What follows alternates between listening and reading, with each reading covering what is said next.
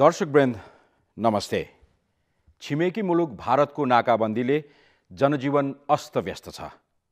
सर्वसाधारणको चुलो बलेको छैन। बिरामीले औषधि पाएका छैनन्। बजार भाव आकाशिएको छ। कालाबजारी बढेको छ।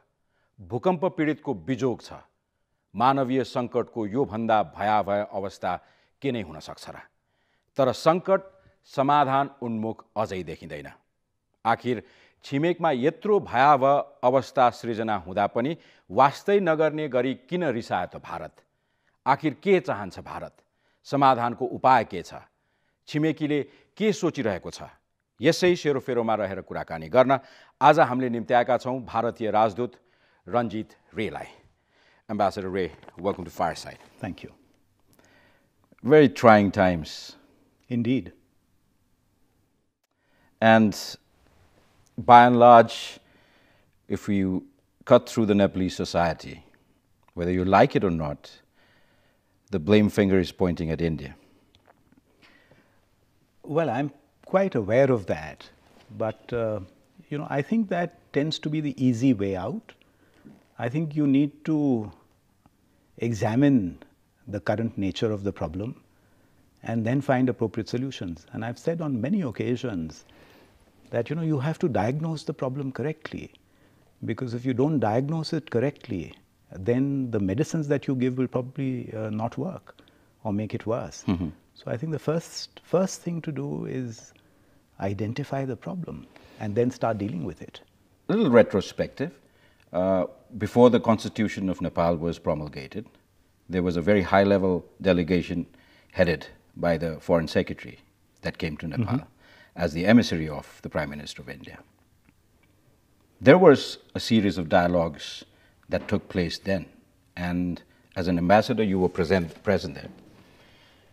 Was there anything India had put forward as requests, demands, or wishes? Well, India never puts forward demands, and after all, the constitution is very much an internal matter of Nepal.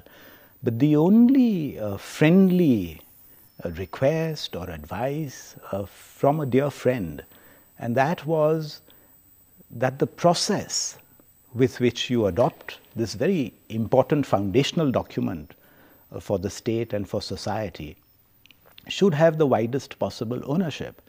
And our sense was that please accommodate the aspirations of all sections of society, because we were worried that in case this is not done, there could be problems. And I think this was visible to all observers in several months prior to the adoption of the Constitution. So this was a constant message that was conveyed by our political leaders, by our special envoys, by myself. No new message, but please take everyone along. So that preemption of problems that could have taken place after the promulgation of the Constitution, was that the problem that is now, the problem in the Madhesh? Well, I certainly think so. Even today, now of course there is a constitution, and that is a major development for Nepal. But even today, I think there are ways and means of addressing the problems that are agitating certain sections of Nepalese society. And I hope very much that these will be addressed. These are political problems, and they need to find political solutions, basically through dialogue and negotiations. And we hope very much that things will move in this direction. But why is it misunderstood by the Nepalese society that India is actually taking the Madhesh movement as a tool to get into issues that India wants in Nepal? Well, let me explain to you what is it that India wants in Nepal. The only thing India wants in Nepal is to have peace and stability in Nepal. Because we believe that if there is no peace and stability in Nepal or other countries of our neighborhood, this will impact adversely on India's own economic prospects, India's own stature. So clearly, we would like to see peace and stability. Now, in the case of the Madhes, a lot of the time people argue here, and they say to me that India is supporting one particular section of society against the other. And that's far from the truth. Our assessment is that if you don't resolve the problems that are agitating a certain section of the society, then the implications of that can be very serious in terms of social cohesion in your country in the long run, in terms of instability, potential violence. So, it is very, very important. And after all, in every democracy, there are ways and means of addressing grievances of people. And I think Nepal as a democracy is trying to do that. So I think this is where we are coming from, that if there is instability, especially in the Tarai, with which, with Nepal we have open borders and very close relationships, not only across the Tarai but across Nepal as a whole, clearly there will be difficulties which will spill over onto the Indian side. Would I be wrong if I say India is not happy with the way it should have been handled from the Nepalese side? Our sense, and once again I say that, our sense was that with a little more effort and a little more flexibility and compromise, perhaps these problems could have been avoided. Could have been avoided. Is it too late now?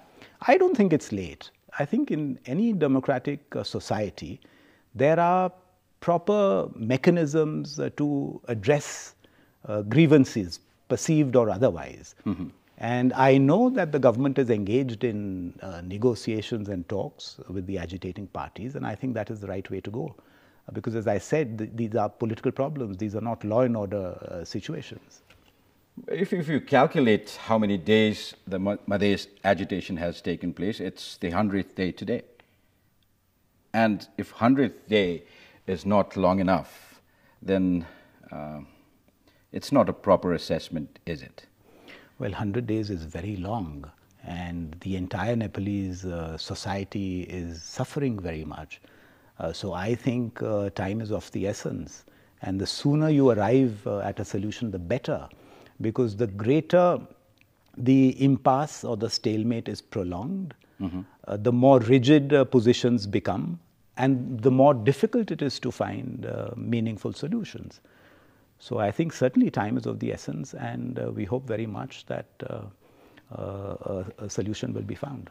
And historically speaking, when Nepal goes through turmoil in the political front, there are instances where India has intervened, direct diplomatic intervention has taken place.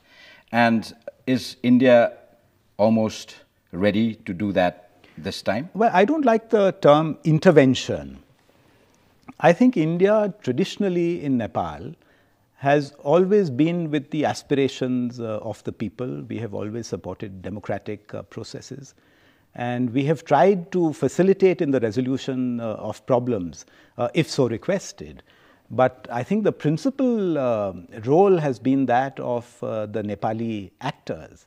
And clearly in any situation, unless the sides directly involved in the issue want to compromise and want to come to a settlement, nothing else will help. If I again take you back the memory lane, not very far off, during the earthquake move that India took to go out of the way to help Nepal during its time of calamity, it was phenomenal.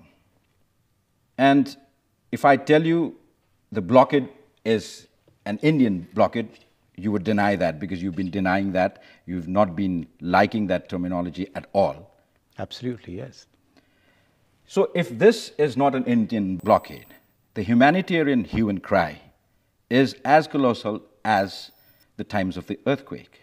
So why isn't India responding to that humanitarian hue and cry? Let me say first and foremost that the feeling of friendship and warmth and cordiality that we have for Nepal is unchanged.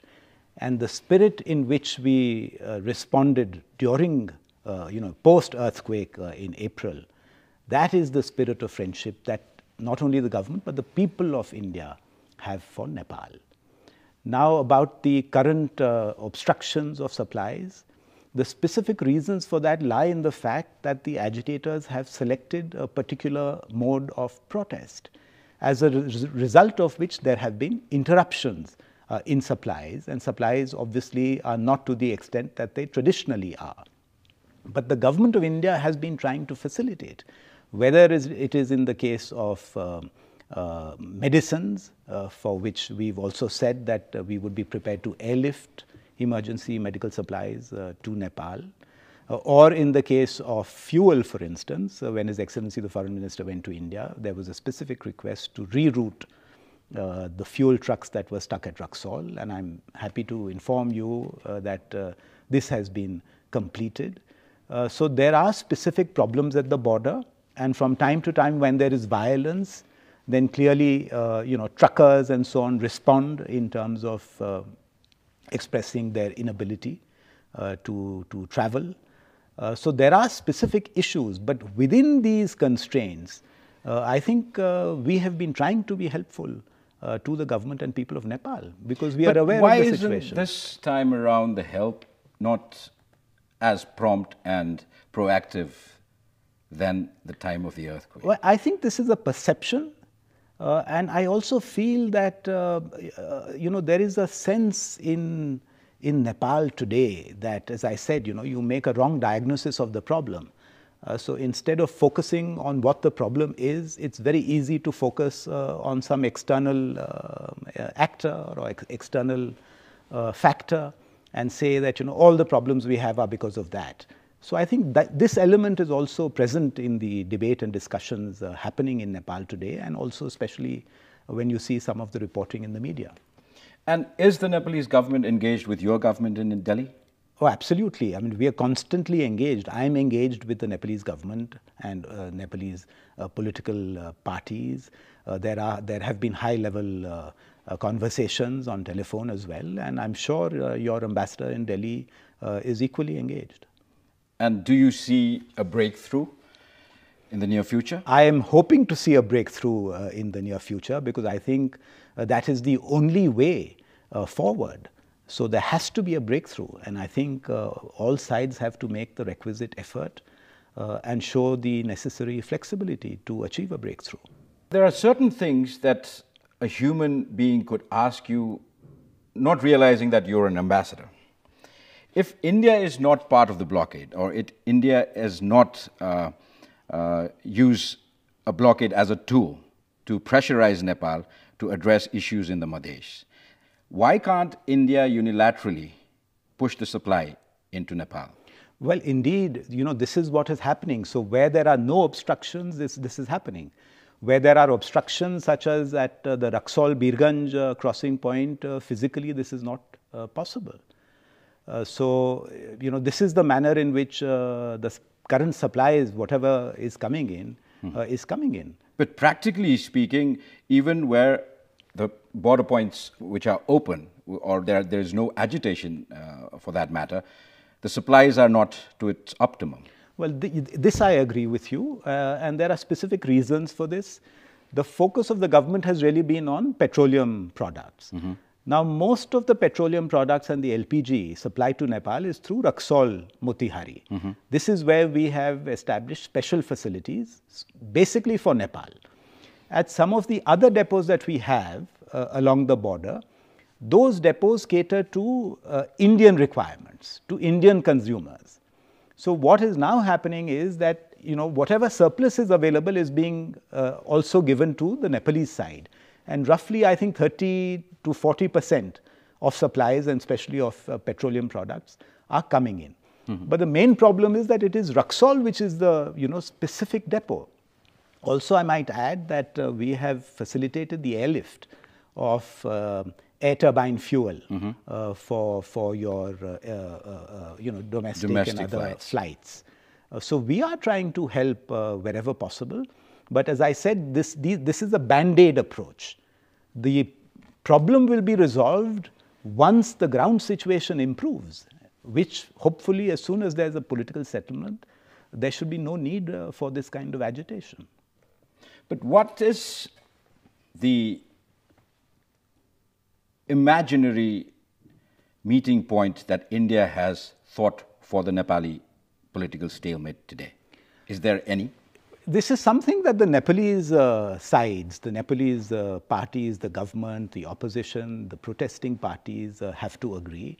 I think the issues are all very well known to everyone. And I suspect that compromise can be found.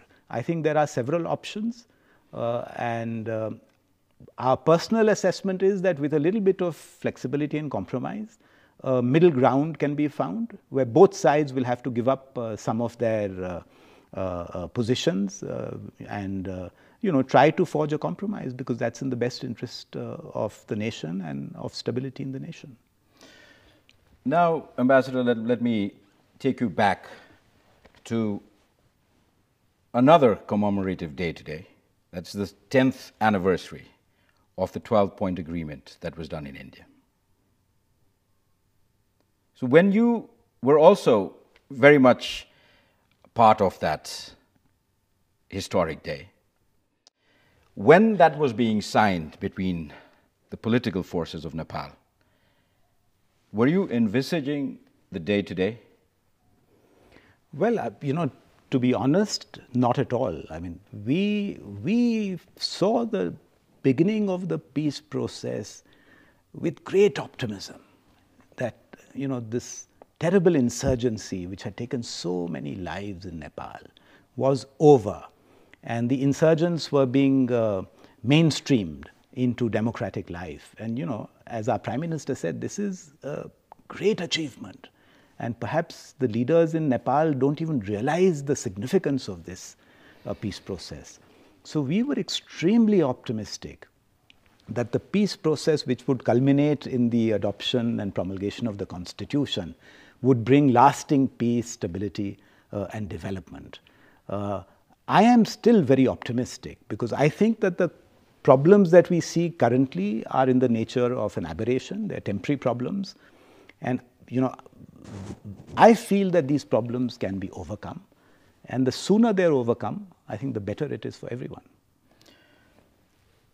There are so many literature that has been published vis-a-vis the India-Nepal relationship for the past many years. But I have a very different opinion about India-Nepal relationship. If you allow, I might want to share that with you. Sure. India always creates an underdog in Nepal, politically. And it empowers to its fullest, and it uses the underdog, the empowered underdog, to topple establishments in Nepal. I think that's a pretty radical kind of theory. And, my sense is that India's approach to Nepal, or India's desire for Nepal, is peace, stability, and development. And our feeling has always been, this country has gone through such a lot of struggles. If you look at the contemporary history of Nepal over the last 60 years, so part of this is the process of evolution in any nation state. In India also we have gone through these struggles. India also we had demand for federalism, and it's still a work in progress as we have new states. But I think where in India we have been able to reconcile regional aspirations with national aspirations and national unity, I think in Nepal this is still a work in progress. In India, you can be a proud, I'm from Uttar Pradesh, I'm a proud UP wala and an equally proud Indian. So my regional loyalties don't necessarily conflict with my national patriotism and loyalty. And I think this is a process that takes time. So I think in any diverse society, you have to accommodate aspirations of different sections. And accommodating those aspirations does not weaken your national integrity and ethos. In fact, I personally feel it strengthens it. But why do we feel now that India is telling the world that our federal structure is still a work in process, and we're still trying to adapt to new changes that may occur in India? But we see India trying to rush that in Nepal, somehow. I don't think India is trying to rush that, but if you see the origin of the demand for federalism, inclusiveness, so a lot of aspirations seem to have got stuck in this whole federal question for historical and other reasons. So I don't think it's for India to rush something or the other. It's for the people of Nepal to decide how they want to go. And I think the people have decided that, this is the way they want to develop their country, and this is the way they want to make it more inclusive and accommodative of various aspirations. And we support that process. Sugarcoating with a little diplomacy, there are certain things India wants from Nepal. Such as? Such as water.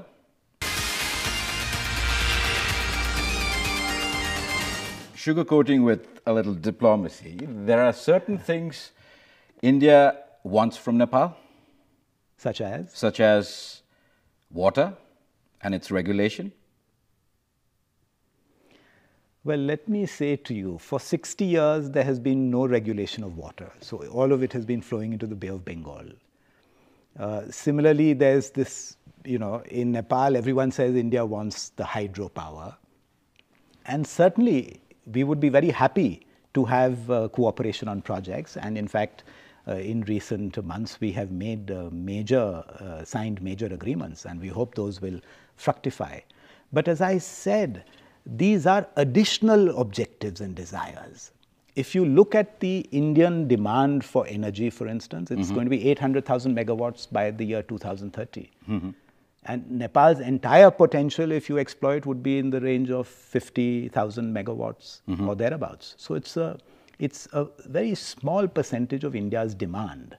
So India is not going to wait another 60 years to see whether the hydroelectric projects between India and Nepal. Well, the hydropower projects is just a decoy. The simple regulation of water for irrigation and drinking purposes, that would be a hue and cry in India. And Nepal is a natural flow that is the closest source for your water 10 years down the line. But see, the point is, you can't stop the water. The water, as I said, is flowing anyway. I think if we can regulate the water, it is in the benefit of Nepal and India. And please don't forget, apart from irrigation, there's a huge flood control benefit. And the only way that you can regulate water is by damming the rivers at high altitudes, because that's the only place where you can have storage. So in fact, some people have said to me, India wants this boundary for the state in the Tarai or that boundary, because then it will control the water resources. Far from it. The only way to regulate water supply is by damming the rivers in higher altitude areas. You can't do it in the plains. So, but in the past, whatever water regulatory projects that were put across Nepal, they were mainly put on the flat land. Yeah, but those are not reservoir projects. I mean, there are these barrages that generate a little bit of electricity and also regulate some water supplies. But the basic way is, if you want to create big pondage, it has to be in the valleys, in the mountainous valleys. It can't be in the plains. So, the benefit that we are getting right now from some of the projects is very limited compared to what it would be if you could have some of the high dam projects that we've been talking about for 6 decades. There is another hearsay that India wants water to be bought out of Nepal, and they don't want to agree to the price tag that the Nepalese have put for the water. No, you see, I think... To simplify this, Nepal says it's 10 rupees, you say it's 1.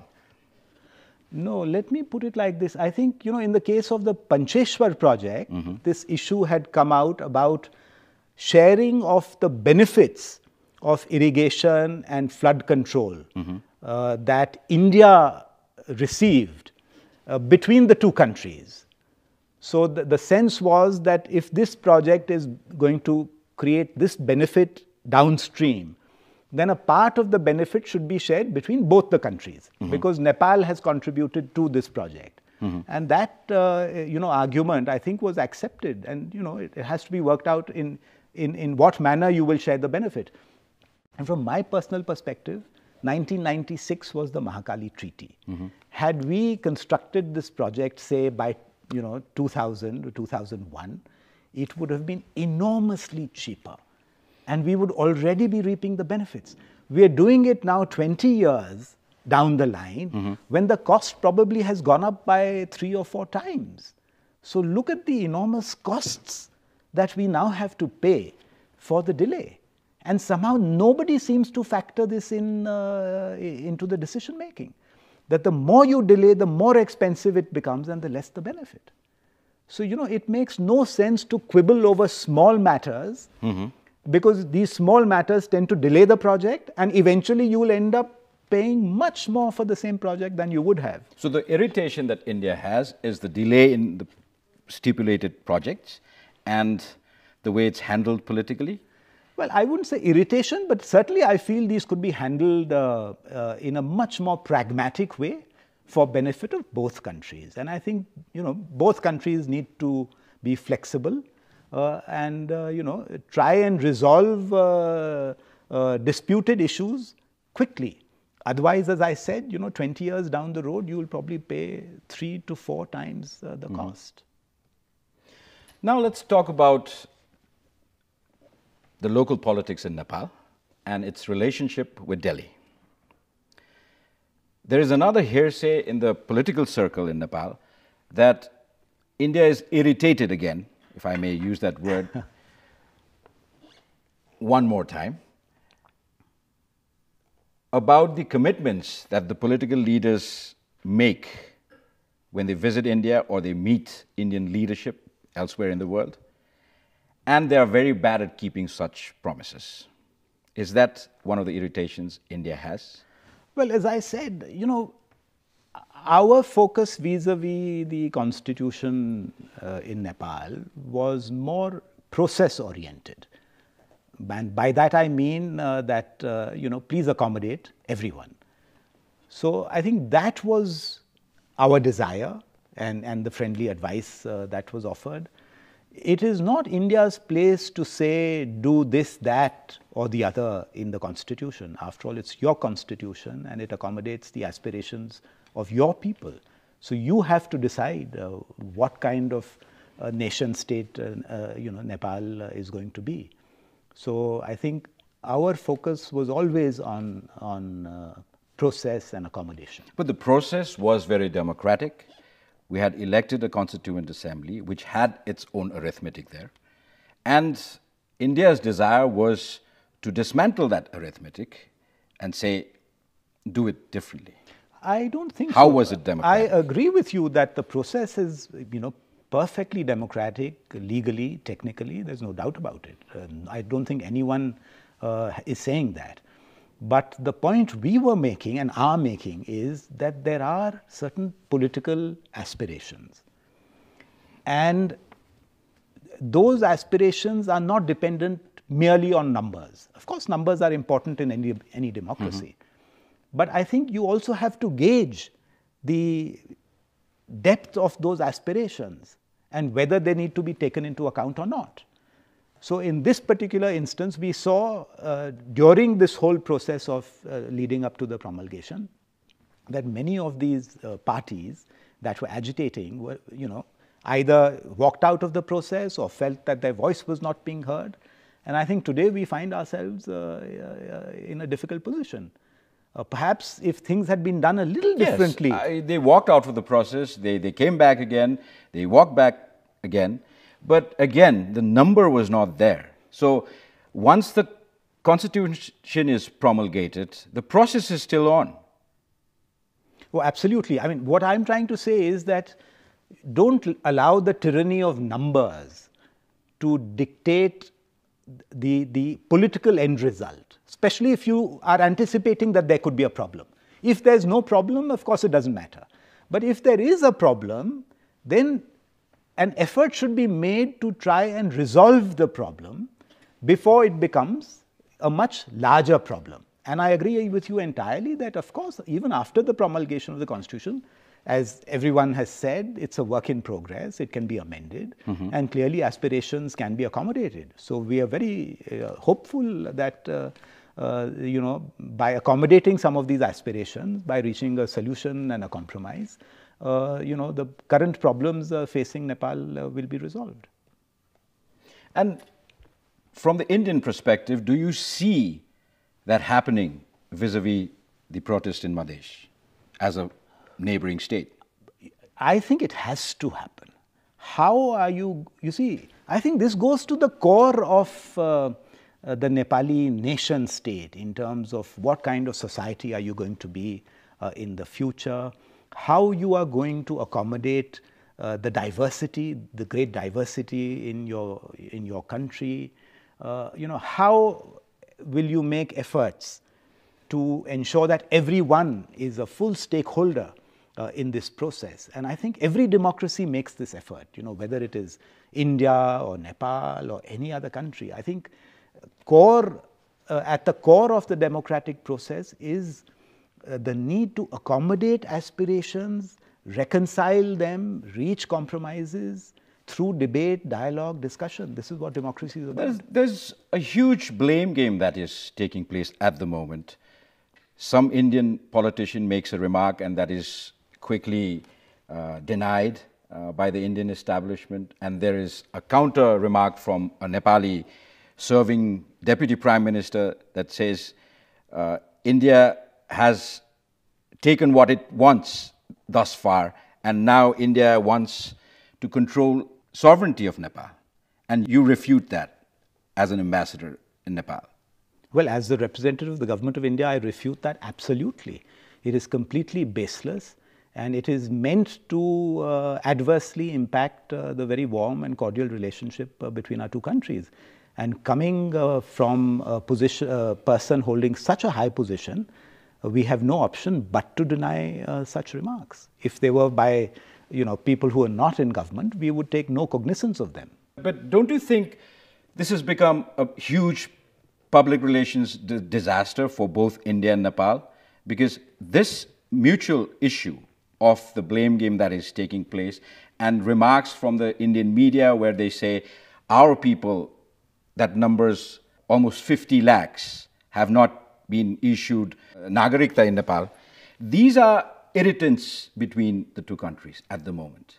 So why is this blame game not handled the way it should have been? I agree this could be handled better, and certainly I think in terms of outreach to the media, it's very important, I think, to set the facts straight. But what happens, in circumstances like the current one, every rumor, innuendo, speculative point becomes big news. And sometimes I've seen reports in some of the newspapers that are completely untrue, purporting to report on a meeting that I've had with, say, some civil society representatives, and publishing what is completely untrue. So I agree with you that in this fraught atmosphere, there are always groups that try to take advantage of this atmosphere and that thrive on this kind of innuendo. But look at the conflict. Now it has become an international story. There are protests from... Well, it depends on whether in front of many embassies and world bodies. So, I think it's important for the Nepalese authorities to go behind the scenes and see, what is happening and, what is motivating such protests. We certainly don't think that these are helpful in resolving the problems, because the problem fundamentally is internal to Nepal and it has to be resolved. And, it doesn't relate to India or India's role. As I said, India's only effort is going to, is to try and be helpful to Nepal. India will certainly never do anything that is going to harm Nepal's interests, because why should we? So I personally feel that this kind of protest is not addressing the core problem. The details that you're telling me now, and effort that the Nepalese government is making to look at alternatives vis-a-vis trade, the most natural thing Nepal could do is knock the Chinese door. How is India looking at the knocking of the Chinese door? Well, I think India-Nepal relations are very strong in their own right. And I don't think you can look at these relations through any other prism. And 2/3 of Nepal's trade is with India. India is the single largest investor in Nepal. Nepal's geography is such that I think Nepal-India relations have to be strong. So we would very much like to continue and further strengthen the very robust economic cooperation between our two countries. And is there any dialogue between India and China in terms of the current situation of Nepal? We are now in Is there anything that you could share to the Nepalese people? We are now in an interdependent world. And I think what happens in one country affects the other country.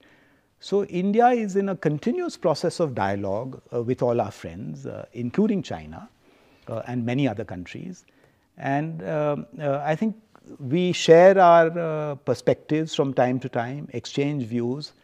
And one fundamental point I want to convey to you is that both our countries want peace and stability in Nepal.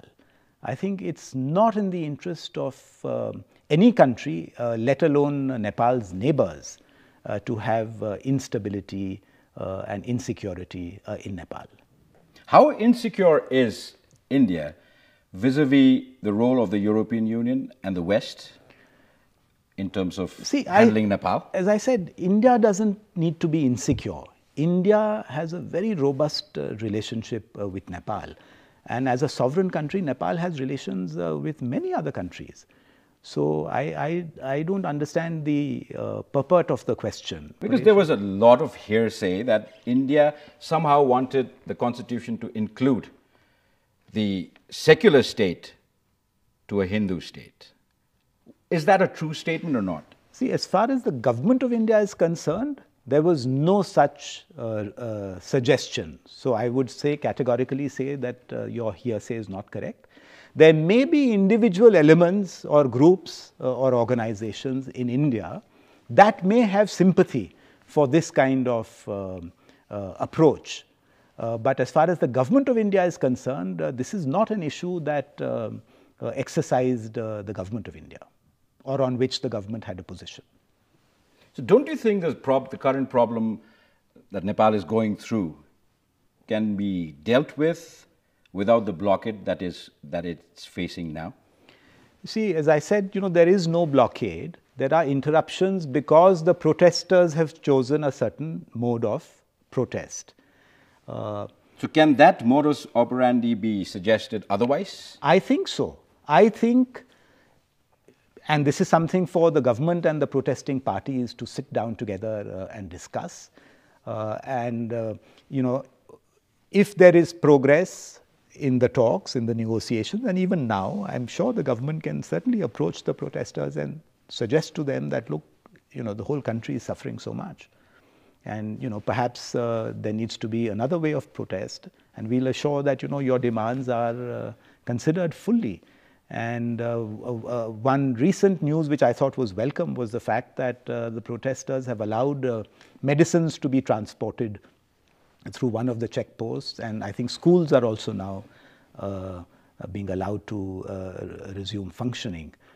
So I think certainly, through discussions between the sides in the dispute, the situation could be eased.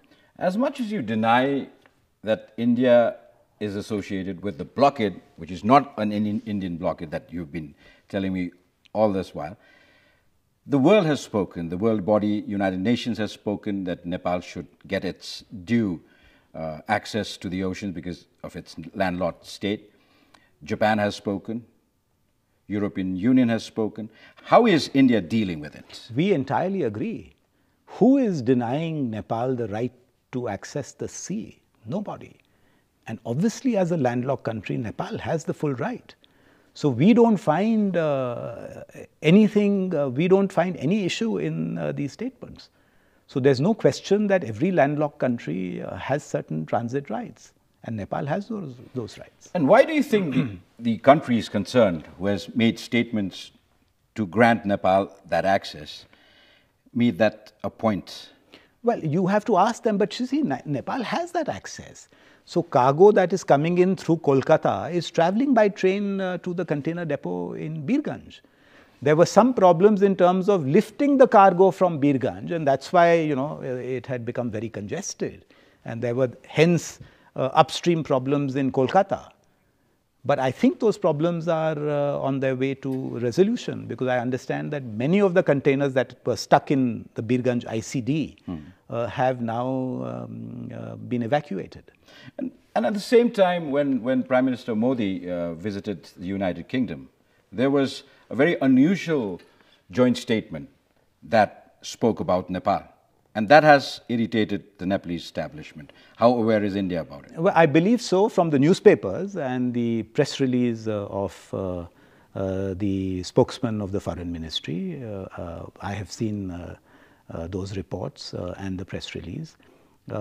I think I don't see anything exceptional in this.